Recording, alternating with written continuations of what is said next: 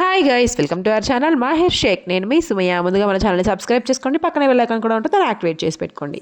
ఈరోజు మన రెసిపీ వచ్చేసరికి సగ్గుబియ్యం సేమియా పాయసం. చాలా ఈజీ ప్రాసెస్లో అయితే చూపిస్తాను. సో ఇప్పుడు మనము ఒక గ్లాస్ సగ్గు బియ్యాన్ని అయితే తీసుకొని ఒక టేబుల్ స్పూన్ వరకు నెయ్యిని కూడా యాడ్ చేసుకొని ఒక అరగంట ముందు ఇలా కలుపుకొని పక్కన పెట్టేసుకోవాలి. నీళ్ళల్లో నానబెట్టకూడదు. తర్వాత మనం ఎందులో అయితే పాయసం చేస్తున్నామో ఆ బౌల్ అయితే తీసేసుకొని అందులో డ్రై ఫ్రూట్స్ ఫ్రై చేసుకోవడానికి సరిపడా మనము నెయ్యిని యాడ్ చేసేసుకోవాలి. తర్వాత కొబ్బరి ముక్కలు ఒకదాని తర్వాత ఒకటి, కొబ్బరి ముక్కల తర్వాత జీడిపప్పు తర్వాత కిస్మిస్, అలా అన్నీ ఫ్రై చేసుకొని పెట్టుకోవాలన్నమాట. ఫస్ట్ టైం మన ఛానల్ చూస్తున్నట్లయితే సబ్స్క్రైబ్ చేసుకోండి, పక్కన బెల్ ఐకాన్ కూడా ఉంటుంది, దాన్ని యాక్టివేట్ చేసి పెట్టుకోండి. ఇలా కనుక పాయసం చేసి పెట్టారంటే వినాయక చవితి అయితే వస్తుంది కదా, ఉండాళ్ళ పాయసం కానీ, సేమియా సగ్గుబియ్యం పాయసం కానీ, రవ్వ కేసరి కానీ, ఇలా ప్రసాదాల్లాగా చేసి పెట్టుకోవచ్చు అనమాట. అందుకని నేను కంటిన్యూస్గా ప్రసాదాల్లాగా చేసుకునేలాగా వీలయ్యేలాగా ఒకదాని తర్వాత ఒకటి ఇలా అయితే పోస్ట్ చేయడం జరుగుతుంది. నెక్స్ట్ ఇట్లాగా మొత్తం ఫ్రై అయితే చేసి పక్కన పెట్టేసుకోవాలి. సో చూడండి, మనం తీసుకున్న సగ్గుబియ్యము చూడండి, ఈ గ్లాస్తో సగ్గుబియ్యం అయితే తీసుకున్నాను అనమాట. ఈ గ్లాస్ కరెక్ట్గా గ్లాస్ చూపించడం కోసం మళ్ళీ చూపిస్తున్నాను మెజర్మెంట్. తర్వాత చూడండి, కొబ్బరి ముక్కలు, జీడిపప్పు ముక్కలు, కిస్మిస్లు దోరగా ఫ్రై చేసేసుకోవాలి. మామూలుగా అయితే మనము ఒక గ్లాస్ సగ్గుబియ్యానికి 6 గ్లాసుల వాటర్ అయితే పడతాయి. సో ఇప్పుడు మనం ఇందులో 5 గ్లాసుల వాటర్ అయితే పోసుకుందాం. 5 గ్లాసుల వాటర్ పోసుకున్న తర్వాత సేమియా కూడా మనము 2 గ్లాసుల సేమియా తీసుకుంటున్నాము ఒక గ్లాస్ సగ్గుబియ్యానికి. సో మామూలుగా ఉప్మాకైతే ఎట్లాగా సేమియాకి 1కి 1. సో ఇప్పుడు పాయసం కాబట్టి 1కి 2 అయితే పోసుకోవాలి. సో మొత్తం మీద ఒక గ్లాస్ తగ్గించి వేసుకుంటే సరిపోతుంది అనమాట. సో 5 గ్లాసుల సగ్గుబియ్యానికి 3 గ్లాసులేమో సేమియాకి కలిపేసి మొత్తాన్ని కలిపేసి 8 గ్లాసుల వాటర్ అయితే పోసుకోవాలి. ఇలా వాటర్ కొంచెం హీట్ అయిపోయిన తర్వాత మరుగుతున్నాయి అనగా అందులోనే మనము ముందుగా నెయ్యిలో నానబెట్టేసుకున్న సగ్గుబియ్యాన్ని అయితే యాడ్ చేసేసుకోవాలి. ఈ సగ్గుబియ్యం మెత్తగా అవ్వడానికి మనకి మినిమం 15 మినిట్స్ పడుతుంది. ఇలా 15 మినిట్స్ బాయిల్ అవ్వాలన్నమాట. బాయిల్ అయిన తర్వాతనే మనము బాయిల్ అవుతూ ఉన్నప్పుడు కానీ ఇలా ఇలాచీని అయితే పగలగొట్టుకొని వేసేసుకోవాలి. చాలామంది చేసే మిస్టేక్ ఏంటంటే పాలల్లో అయితే వేస్తారు. లీటర్ పాలలో ఇట్లా కుక్ చేసుకుంటారు. అలా కూడా చేసేసుకోవచ్చు. కానీ అక్కడ ఏం జరుగుతుంది అంటే జిగురు అయితే వచ్చేస్తుంది అనమాట పాలల్లో కుక్ చేసినప్పుడు. లేదా నీళ్ళలో నానబెట్టినా కానీ అంతే జిగురు వచ్చేస్తుంది సగ్గుబియ్యం అనేది. అప్పుడు మనము చల్లారిన తర్వాత కూడా తినడానికి వీలుగా ఉండకుండా గట్టి పడిపోయి సెట్ అయిపోతుంది అనమాట. సో చూడండి, ట్రాన్స్పరెంట్ అవ్వాలి. ఇప్పుడు సగ్గుబియ్యం అనేది కుక్ అవుతున్నాయి. హాఫ్ ఆఫ్ ది సగ్గుబియ్యం కుక్ అయినాయి అని మనకి ఎట్లా తెలుస్తుందంటే తీసి కొంచెం సేపు పక్కన పెడితే ట్రాన్స్పరెంట్ అవుతాయి అనమాట. వాటర్ కలర్లోకి అయితే వచ్చేస్తాయి. ఆ తెల్లదనం అనేది పోయి మొత్తం వాటర్ కలర్లోకి వచ్చింది అంటే సగ్గుబియ్యం అనేది ఉడికినట్టు అర్థం అనమాట. ఇలా కుక్ చేసుకుంటూ ఉన్నప్పుడు కొంచెం 2 పలుకులు ఉప్పు కళ్ళు అయితే వేసుకోవాలి. మీకు తెలిసిందే కదా, ఏ స్వీట్ చేసినా కొంచెం సాల్ట్ అనేది యాడ్ చేసుకుంటాము. ఇలా 8 గ్లాసులు వాటర్ వేసేసుకొని సగ్గుబియ్యాన్ని బాయిల్ చేసుకున్న తర్వాత మనం ఇదే గ్లాస్తో 2 గ్లాసుల వరకు సేమియాని అయితే తీసుకుంటున్నాము. సేమియాని తీసుకొని పక్కన పెట్టుకున్న తర్వాత ఇప్పుడు షుగర్ అయితే మెజర్మెంట్ అయితే చూపిస్తాను. మీరు ఫుల్ షుగర్ తినే వాళ్ళైతే ఫుల్ పెద్ద గ్లాస్తో ఇదే నేను చూపించిన మెజర్మెంట్ గ్లాస్ షుగర్ అయితే తీసేసుకోండి. ఇప్పుడు మనము 2 గ్లాసులు షుగర్ అయితే వేసుకుంటున్నాము. ఎందుకంటే మా ఇంట్లో తక్కువ తింటాం కాబట్టి ఎగ్జాక్ట్ మెజర్మెంట్కి అయితే ఇంకొక 1/2 గ్లాస్ వేసుకుంటే ఫుల్ నార్మల్గా అందరూ తినే షుగర్ లెవెల్స్ ఎట్లా ఉంటాయో అట్లా అయితే సెట్ అవుతుంది అనమాట. 2 గ్లాసులు సేమియా, 2 గ్లాసులు ఒక గ్లాసు సగ్గు బియ్యానికి 2 గ్లాసుల షుగర్ అయితే పట్టిందనమాట. సో ఇలా మనకిప్పుడు సగ్గుబియ్యం అనేది ఉడికిన తర్వాత నేను సేమియా అయితే వేసేస్తున్నాను. ఇలా సేమియా వేసేసిన తర్వాత కొంచెం కలుపుకొని కొంచెం దగ్గర పడుతుంది.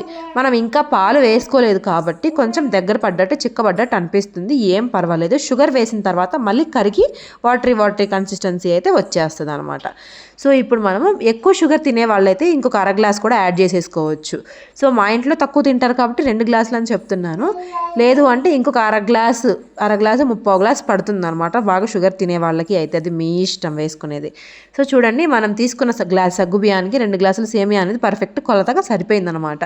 అది తక్కువ లేకుండా ఎక్కువ లేకుండా మన సేమియా కూడా ఊరికనే ఉడికిపోతాయి. ఇట్లా అంటే చూడండి జారుతుంది. ఇలా అయితే కట్ అవ్వాలన్నమాట సేమియా. అప్పుడు మన సేమియా అనేది బాగా కుక్ అయినట్టు అర్థం.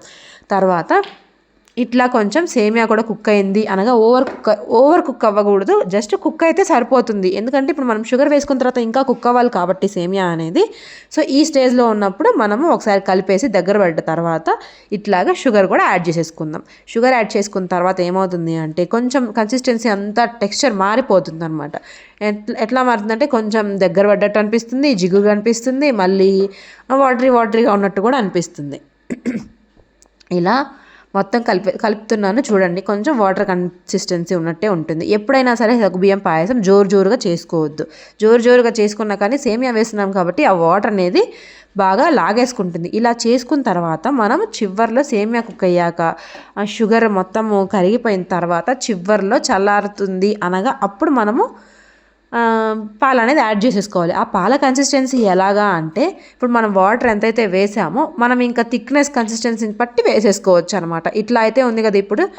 ఇప్పుడు ఇందులో నేనైతే 1/2 లీటర్ పైన పాలు పట్టాయి. అంటే నేను తీసుకున్న గ్లాస్తో ఒక 4 గ్లాసులు అనుకోండి. ఇప్పుడు ఏం చేస్తున్నానంటే 2 గ్లాసులు ఇంట్లో డైరెక్ట్గా పోసేస్తున్నాను. 4 గ్లాసులు తీసుకుంటున్నాను కాబట్టి 1/2 గ్లాసు పైన పట్టాయి అన్నాను. కానీ ఎలా ఎక్కడెక్కడ వేయాలి అనేది కూడా చూపిస్తున్నాను చూడండి. ఫస్ట్ ఇప్పుడు ఇందులో మనము ఒక గ్లాస్ వేసి మొత్తాన్ని కలిపేసి సరిపోయాయా లేదా అని చూసుకోవాలి. లేదు అనుకుంటే ఇంకో గ్లాస్ వేస్తున్నాను. 2 గ్లాసులు బాగా కాచి చల్లార్చిన పాలైతే వేసుకున్నాను. వేడి పాలన వేసుకోవచ్చు, ఏమవ్వదు. తర్వాత ఇలా అవుతుంది కదా. తర్వాత కొంచెం సేపటికి ఏమవుతుంది అంటే ఈ పాలు అనేది మొత్తం ఇంకిపోతాయి అన్నమాట, దగ్గర పడుతుంది. అప్పుడు ఇట్లా దగ్గర పడ్డ తర్వాత ఎట్లా అయితే ఉందో పాయసం అట్లానే ఉంటుంది, ఇంకా తిక్కగా అవ్వదు, మరీ తిక్కగా అవ్వకుండా. సో ఈ ప్రాసెస్లో కనుక చేసినట్టయితే పాయసం అనేది చల్లారినా కానీ థిక్ అవ్వకుండా ఉంటుంది అనమాట, దగ్గర పడకుండా ఉంటుంది. జస్ట్ ఒక 1 మినిట్ ఉంచేసి మనం ఏవైతే ఫ్రై చేసుకున్నామో డ్రై ఫ్రూట్స్ అవన్నీ కూడా వేసేసుకోవాలి. ఇలా వేసుకున్న తర్వాత కొంచెం సేపటికి చల్లారుతుంది కదా. చల్లారిన తర్వాత సర్వ్ చేసుకునేటప్పుడు ఏం చేయాలంటే నేను మీకు ఇందాక పాలు కన్సిస్టెన్సీ చెప్పాను, మీరు థిక్నెస్ని బట్టి పాయసం తినేదాన్ని బట్టి వేసుకోండి అని.